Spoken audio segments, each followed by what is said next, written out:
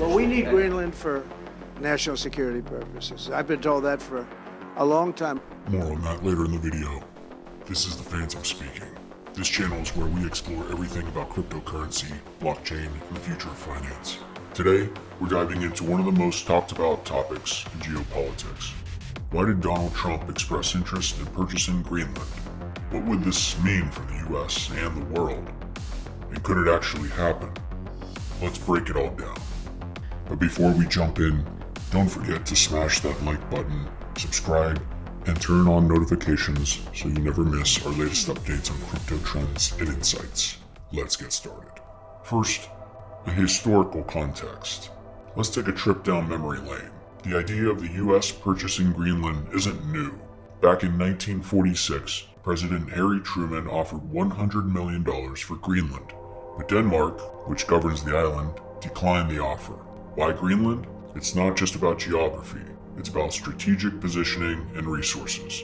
There is a very strong strategic importance of Greenland.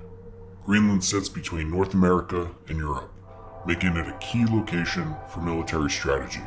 During the Cold War, the US built a military base at Thule in northern Greenland, which is still operational today. It's a cornerstone for missile defense systems and Arctic monitoring. But it's not just about defense. As Arctic ice melts due to climate change, new shipping routes are opening up, and Greenland is becoming even more valuable for trade and resource extraction. Here is Donald Trump discussing the matter. Well, we need Greenland for national security purposes. I've been told that for a long time. Are you also considering military force to annex and acquire it? No. Economic force. Greenland is rich in untapped resources like rare earth minerals, which are crucial for technology from smartphones to electric vehicles. It also has vast potential for oil and natural gas exploration. Owning Greenland could give the US a significant edge in the global resource race. Why did Donald Trump want to buy Greenland? Donald Trump's interest in Greenland wasn't just a passing thought. In 2019, he described it as a large real estate deal and believed it could strengthen US influence in the Arctic. He also pointed to economic opportunities, saying it could be a win-win for both the US and Denmark. While his comments were met with skepticism and even humor, the underlying reasoning isn't entirely far-fetched. For a president who focused heavily on deals and American dominance, Greenland fits the narrative. Here is former National Security Advisor to Donald Trump, Robert O'Brien, speaking on Fox News. Let's talk about Greenland, because President Trump's also talking actively about Greenland. What's the latest there? Well, the latest is Greenland is a highway from the Arctic all the way to North America to the United States. It's strategically very important to the Arctic, which is going to be the critical battleground of the future, because as the climate gets warmer, the Arctic is going to be a pathway that maybe it cuts down on the usage of the Panama Canal. And the Russians and Chinese are all over the Arctic. Now, the Kingdom of Denmark owns Greenland, and they've got an obligation to defend Greenland. And so President Trump said, if you don't defend Greenland, we'll buy it, and we'll defend it, but we're not going to defend it for free and let you, and not develop Greenland and not extract the minerals and oil and resources of Greenland. And while we defend it, Denmark gets rich, and the King of Denmark, becomes even wealthier. Denmark is now on the front lines of the war against Russia and China. They're like the Baltic states, they're like Poland, because of their vast territory in Greenland. And so they've got to defend Greenland, and if they can't defend it, we're going to have to, and we're not going to do it for free. So the Danes can either put the frigate that's necessary there, they can put the air wings, they can put the missiles in Greenland, and they can put the infantry there that they need to defend the country, just like the Latvia, Lithuania, and Estonia are doing in Eastern Europe. Or they can pay us to do it, and we'll do it, but they can cover the cost of the defense.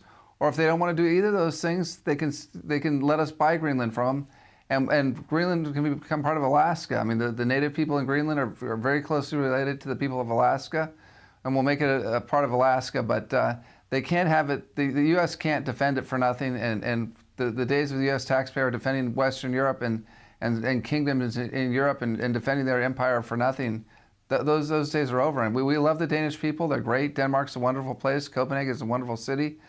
But they've got to do their part. They can't have this vast empire and then not defend it and leave it to the U.S. to do it. So we're going to either buy it They're going to defend it, or they can pay us to defend it. But it's no more free riding, even for people we love like the Danes. So could it actually happen? Let's get real. Is it even possible for the US to purchase Greenland? Technically, countries can sell and buy land. It's happened before. But Denmark has made it clear they're not selling, and Greenland itself has autonomy over its internal affairs. The island's leaders have expressed no interest in being purchased. Moreover, international norms and Greenland's strategic alliances with other countries, especially in Europe, make such a deal highly unlikely. The concept raises complex questions about sovereignty and modern geopolitics. But what would be the benefits and challenges of such a deal, if it could happen? Let's explore the hypothetical. If Greenland were part of the US, it could provide unparalleled military and economic advantages. The US could invest in its infrastructure, support its development, and utilize its resources. However, this comes with significant challenges. Greenland's harsh environment makes resource extraction expensive. The island also depends heavily on Denmark for economic support. Transitioning governance would be a monumental task. So, if the US isn't buying Greenland, what's next for this icy giant? Experts predict that Greenland will play a pivotal role in the Arctic's future, whether it's through trade, climate science, or geopolitical strategy. This island is only going to grow in importance. Greenland might not be for sale, but its role on the global stage is undeniable. What do you think? Should the US push for greater involvement in the Arctic? Could Greenland one day become a bigger player in world politics? Will Donald Trump make an attempt to purchase Greenland? Do you think it's possible for that to happen? Would you want Greenland as part of the United States? Let me know your thoughts in the comments below. And if you enjoyed this video, don't forget to hit the like button, subscribe to the channel, and turn on notifications so you never miss an update. Thank you for watching. Phantom will see you in the next one.